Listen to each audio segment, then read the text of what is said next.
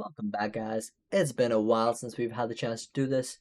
Oda's been on break for 2 weeks, and now we have 1171.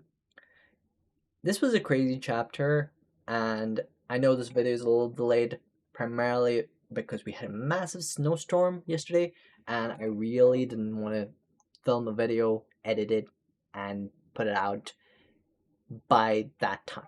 Anyway, let's talk about 1171. It is it had a lot of interesting reveals, and one really pretty cool thing that we might have missed here and there. So let's start with where we left off in 1170. So 1171 starts with the aftermath of the battle with Loki and Harold. We see that Harold is in fact has in fact been killed by Loki. That was obviously going to happen because in it was not possible. Like Harold, given Emu's, if there was any people who could resist Emu's control, then Emu would not be in power at the moment. So I guess that's the only way you can resolve it. There's no way that we could have seen Harold survive as well as that. But again, this is historical, so obviously we know Harold is dead for a while anyway, so it doesn't really matter. Anyway, we kind of see the aftermath where everyone is kind of like reeling from the battle. Shanks thinks that he could have probably saved Harold if he had moved faster, which I don't think is possible, primarily because Emu's been on power for way too long, and whatever Shanks is trying to do to get him out is not going to happen so quickly. Anyway, we see that in this thing, we kind of see one small detail that I think most readers might have skimmed over. The arm that Shanks clasps, right?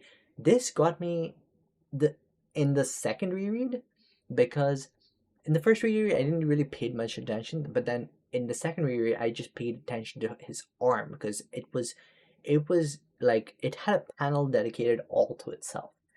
And when this thought occurred to me, I went and checked which arm Shanks has lost. And wouldn't you believe it, it's the same arm where his seal is, at least by what he's grasping. And this leads me to believe that the scene with the Luffy monster thing, the sea monster thing, is it puts it in such a weird perspective, because it wasn't, not only was Shanks liberating or saving Luffy over there, he indirectly saved himself. The sea monster literally just gave him his freedom for the price of his hand. And that honestly just blew my mind. I would not have noticed this if I hadn't done a second reread right before this, but it is crazy that that happened. Anyway, I'm gonna leave it there. That there are slight implications that the it might be a soul bond, and he can't do anything about it. Maybe the mark moves to a different side, but if it's just purely physical, then Shanks has basically been liberated. If it's not, then maybe there's something else to it. But I think it might just be a physical thing. I'm not 100% sure. After this, we kind of move on to see Emu's perspective as well. And we see that he's talking to the elders, and he says a couple of things here that really are of note here. The first thing that he says is that the contracts that he gives out to people has a toll on him as well. Like, it's not free of cost. And we see that this toll is some level of physical for Emu, because we see him heave as he says this, which goes to believe that if enough of his subordinates are removed, there is a possibility Emu could be put in a position where he can actually be harmed, like, very very easily. It's an interesting concept. We'll definitely come to this. We'll come to explore a lot more once we understand what Emu's powers are. But It is There shows a vulnerability for now, which could be exploited in the future. We can probably look into what this is. It kind of also gives us an understanding of like what level of what type of ability Emu has. It feels more like a contract based off of giving up something from both ends. So one party gives up freedom while Emu gives up something from his side as well. So we'll see where we come to on that a lot later. I'm not even sure what that ability could be. We then move on. Oh, the second thing that we talked about, Emu says that Elbaf is off the D. Now, this is a new fact for us because at least I personally don't recall anywhere mentioning Elbaf is off the D. It might be a vague memory, but I maybe there was one more mention of it, but this is the first time I'm in general right now. This is my first memory of it. So I'm gonna leave it at that. So we don't know. So D is not just a name, it's a group of people, I guess. But again, this saying an entire island is off the D clan is is strange to me. Like it's like that's this there's something about it that doesn't feel like D is just a name anymore. It, it's something like it always probably meant something else, but it's definitely not something like can't put a finger on it, but it just feels different from the meaning that it had so far. Um anyway, we're gonna leave it at that. We then come back to the castle with everyone discussing what to do from here on. We see that everyone's discussing how to go about Harold's last wills and stuff, and we kind of see that in this case, Loki give his perspective on how he wants to manage this, given that he is mostly affected by it, which now I have to give some forgiveness to Yasan, Shanks, and everybody else. Not Jarul. Jarul, I never said he did anything wrong. Um, that was primarily because I didn't know he knew everything. But Yasan and Shanks basically acted off of Loki's will to keep everything hidden. But my problem with this, even then, is that you guys, Yasan and Shanks, are not the kind of people who would just sit by and do nothing. All right. So you could have helped him somehow. All right. And something could have been done to be like, hey, you guys are trying to do this. Don't do this. Trust my word. You don't need to do this. We know better. Just let him be. He's not a bad person. Right? That's all you could have said. Right? Elder Gerald definitely said that, like he's prevented his execution. But again, they could have done so much more.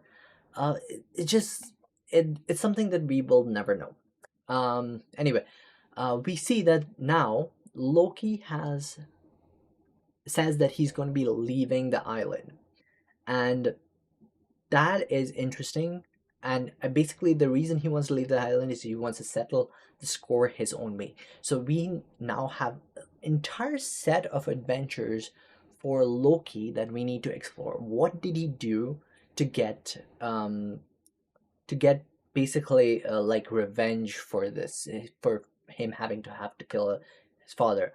So there's a bunch of things now that have opened up that Loki could have probably done that we don't know, that could have had bigger implications on the world story. It's an interesting thing. It could have just been raiding marine ships or raiding marine bases, but basically Loki already has a crew. So I don't know how this is gonna go. It's not like we've not seen someone with a crew join the Straw Hats already, but I'm still hoping Loki joins the Straw Hats. Although again, my thing with the ship is like, how will Loki sit on the ship? But anyway, that's basically so we kind of have, again, I got distracted over there. We kind of have an entire story arc of Loki doing something, because I don't think it's just going to be just marine ships. Anyway, so we kind of see the confrontation, him reveal, Loki eventually reveals everything to Hyruddin saying all these things, and Yasan and I don't believe Eldra. Yasan is there, and he basically like, hey, he's speaking the right thing. I was there, I know. And this gives good insight on Luffy and Zoro's perspective on Loki, knowing that he's a good person. And basically, uh, while all this happens, we also see that Loki really doesn't want to talk about this. That's probably why he didn't say anything when that was happening, which is kind of stupid. Which is kind of stupid. If you wanted your like, Loki seemed like the person who wants his freedom, even even at the cost of looking like the bad guy. So why would you do that? Like, you would not have to explain yourself. You can be a douche about it all you want, right? But you don't have to. You can literally lie and say, I didn't kill my dad, or like, okay, he wouldn't lie about that. He's not that kind of person. If he did it, he'd probably say it. But anyway, something could have been done. So after this revelation, we jump to Loki getting accepted by everyone. Hyruddin also says that the world government seems to be our enemy, and Yasan's like, hey, if you want to know everything, I can tell you, but yeah, Hyruddin, for some reason, freaking some stupid reason, he says no, which is so annoying from a reader's perspective point of view, because like, hey, reveal more, but this guy's like, no, this NPC is like, no. I'm like, just reveal more. Anyway, so we kind of see that after he says no, they start going, and Sanji and Chopper leave with Yasan to help the people up. Perfect candidate, can use airwalk, can get up there pretty quickly. Yasan wants to save his kid, so yeah, definitely go for it. And we see Luffy and Zoro stay behind to help Loki get through. And we see one of the dream monsters, I forgot the name for it, Draugr. Yeah, one of the Draugr fall down from top and basically start rampaging around in um, the realm of the dead. I'm just gonna call it the realm of the dead. It's a name for it, but I'm just gonna call it realm of the dead. Anyway, fall down, and basically Luffy and Zoro do nothing. They're like, and we see Loki finally get into action by going and hitting it with Ragnar, and we see Ragnar is actually talks to Loki, so that's pretty cool as well. Anyway, the scene with him hitting the Draugr with Ragnar, it kind of gives an understanding of what his powers could be, because the way he says Niflheim, that's usually the realm of ice, if I'm right. My Norse mythology is not that great, um, but I believe that is the realm of ice. It's either the land. I think this is the land of the ice, um, and if that is true, his powers could be ice based. But again, we know that the Logia of ice already exists, and that's with Aokiji. So I think more on the lines, given the fact that it could break, what do you call it? It could break Harold's curse or like stop it. I think this is um not an ability that freezes anything. I think this is an ability that has a decay effect or a break effect.